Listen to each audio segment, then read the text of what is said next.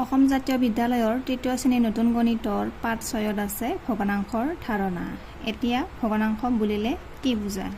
ভগ্নাংশ বুলিলে কোনো এটা বস্তুক ভাগ কৰি সেই ভাগটোৰ পৰা কিমান অংশ লোৱা হয় তাকে বুজাবৰ বাবে ভগ্নাংশ ব্যৱহাৰ কৰা হয়।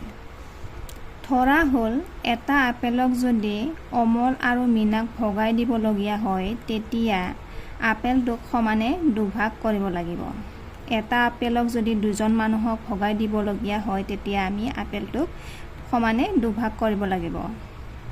এটা ভাগ অমলক আৰু আনটো ভাগ মীনাক দিব লাগিব। এতিয়া প্ৰশ্নটো হ'ল সেই ভাগটোৰ পৰা অমলে কিমান পালে? অমলে পালে আমি এটা আপেলক যদি দুভাগ কৰা হয় এইটো হয় এটা আপেল, সেই আপেলটোক দুভাগ কৰিলে দুটা হ'ব। সেই ভাগটোৰ পৰা অমলে এটা ভাগ ল'লে, সেইবাবে আমি লিখিব লাগিব অমলে পালে, তলত লিখিব লাগিব 2 আৰু ওপৰত দিব লাগিব 1।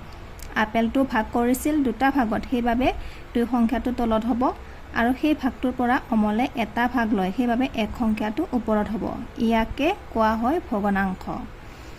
আমি ইয়াক মাতিব লাগিব 2/1। সংখ্যাক লব বুলি কোৱা হয় আৰু তলৰ সংখ্যাক হৰ বুলি কোৱা হয়।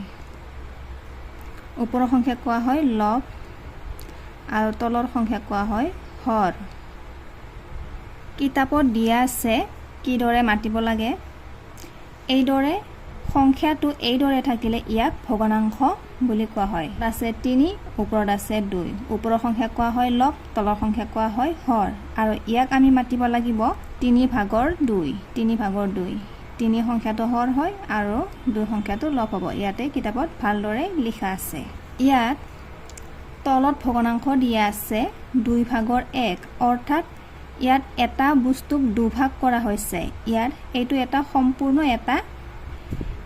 এটা সম্পূৰ্ণ আয়ত আকাৰৰ নিচিনা চিত্ৰ।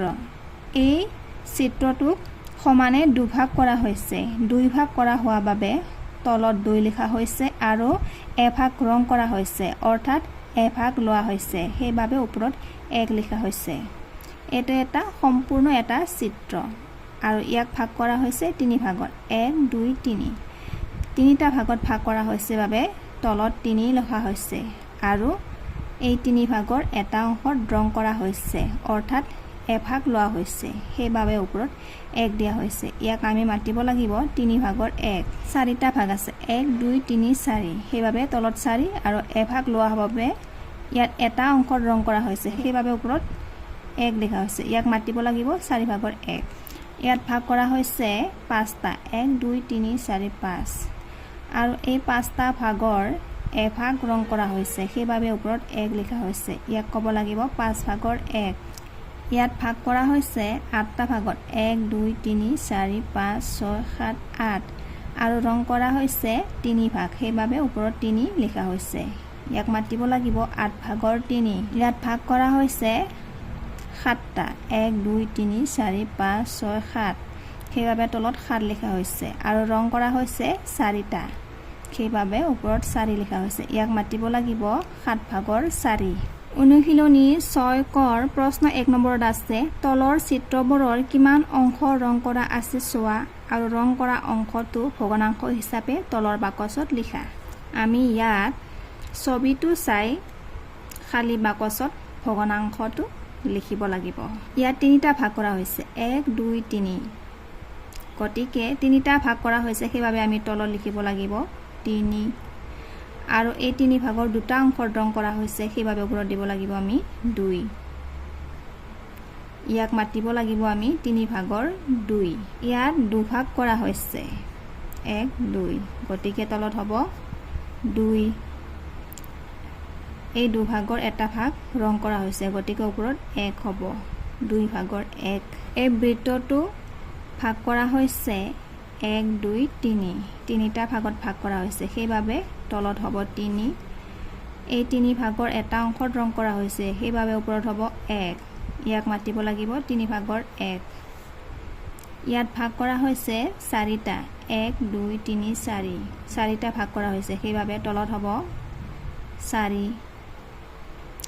এই চাৰিটা ভাগৰ এটা অংশত ৰং কৰা হৈছে, অৰ্থাৎ এক অংশ লোৱা হৈছে, ওপৰত হ'ব 1।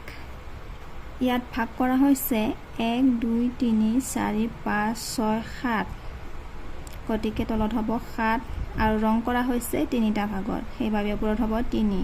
ইয়াত ভাগ কৰা হৈছে 4টা, গতিকে তলত 4 হ'ব আৰু ৰং কৰা হৈছে তিনিটা অংকত 1 2 3, গতিকে ওপৰত হ'ব 3, 4 ভাগৰ 3।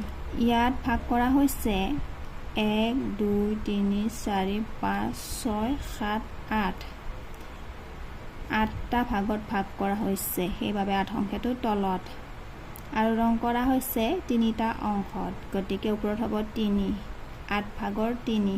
ইয়াত ভাগ কৰা হৈছে 2টা, সেইবাবে তলত 2, 1 2 আৰু ৰং কৰা হৈছে এভাগ, ওপৰত হ'ব 1।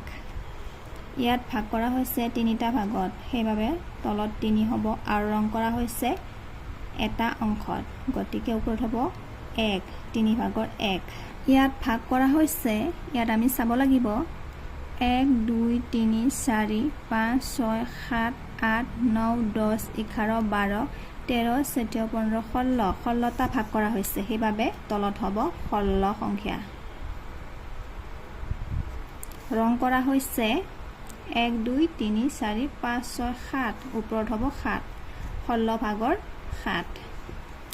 ইয়াত ভাগ কৰা হৈছে 1 2 3 4 5, 5টা ভাগত ভাগ কৰা হৈছে, সেইবাবে তলত হ'ব 5 আৰু ৰং কৰা হৈছে দুটা অংকত 1 2, গতিকে ওপৰত হ'ব 2, 5 ভাগৰ 2।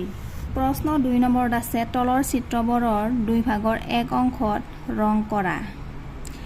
এই চিত্ৰবোৰ দুটা ভাগত ভাগ কৰা হৈছে, সকলো চিত্ৰই আটাইবোৰ চিত্ৰই দুটা ভাগত ভাগ কৰা হৈছে, তাৰে এটা ভাগ ৰং কৰিব দিছে। চিত্ৰটো দুটা ভাগত ভাগ কৰা হৈছে 1 2, আমি এটা অংশত ৰং কৰিব লাগে, আমি কাঠ পেঞ্চিলেৰে এইদৰে ৰং কৰিব লাগিব।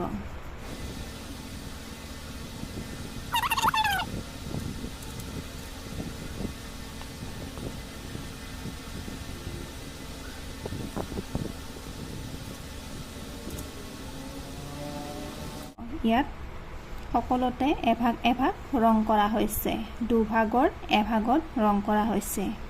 তলৰ চিত্ৰবোৰৰ 3 ভাগৰ 1 অংশত ৰং কৰা। 3 ভাগৰ 1 অংশত ৰং কৰিব দিছে, সেইবাবে আটাইবোৰ চিত্ৰতে 3 ভাগৰ 1 অংশত ৰং কৰা হৈছে। 4 নম্বৰত আছে তলৰ চিত্ৰবোৰৰ 4 ভাগৰ 3 অংশত ৰং কৰা, অৰ্থাৎ আমি ইয়াত চিত্ৰটো 4 ভাগ কৰা হৈছে, সেইবাবে তলত 4 লিখা হৈছে। আমি 4 ভাগৰ 3টা অংশত ৰং কৰিব লাগিব, 4 ভাগৰ 3টা অংশত, গতিকে এভাগ এৰি আমি বাকী 3টা অংশত ৰং কৰিব লাগিব। ইয়াত আটাইবোৰতে 3টা ভাগত ৰং কৰা হৈছে। 5 নম্বৰত আছে তলৰ চিত্ৰবোৰৰ ৰং কৰা অংশবোৰ চাই খালী ঠাই পূৰ কৰা। ইয়াত ওপৰত সংখ্যাটো দিয়া আছে 3, ওপৰৰ সংখ্যাটো কোৱা হয় লব।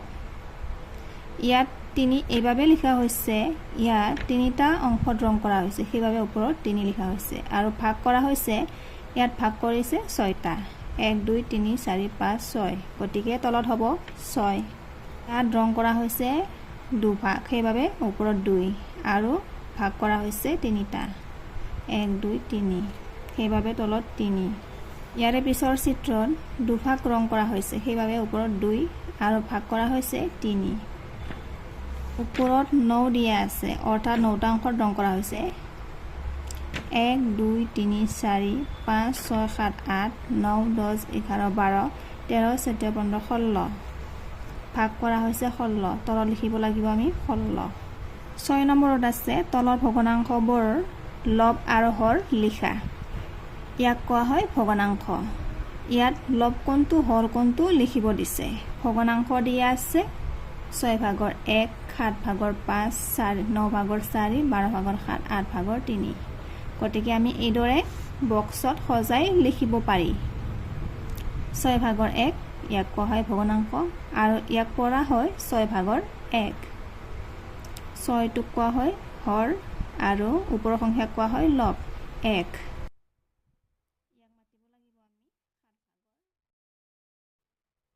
7 সংখ্যাক কোৱা হয় হৰ আৰু 5ক ক'ব লব। ইয়াৰ পিছত আছে 9 ভাগৰ 4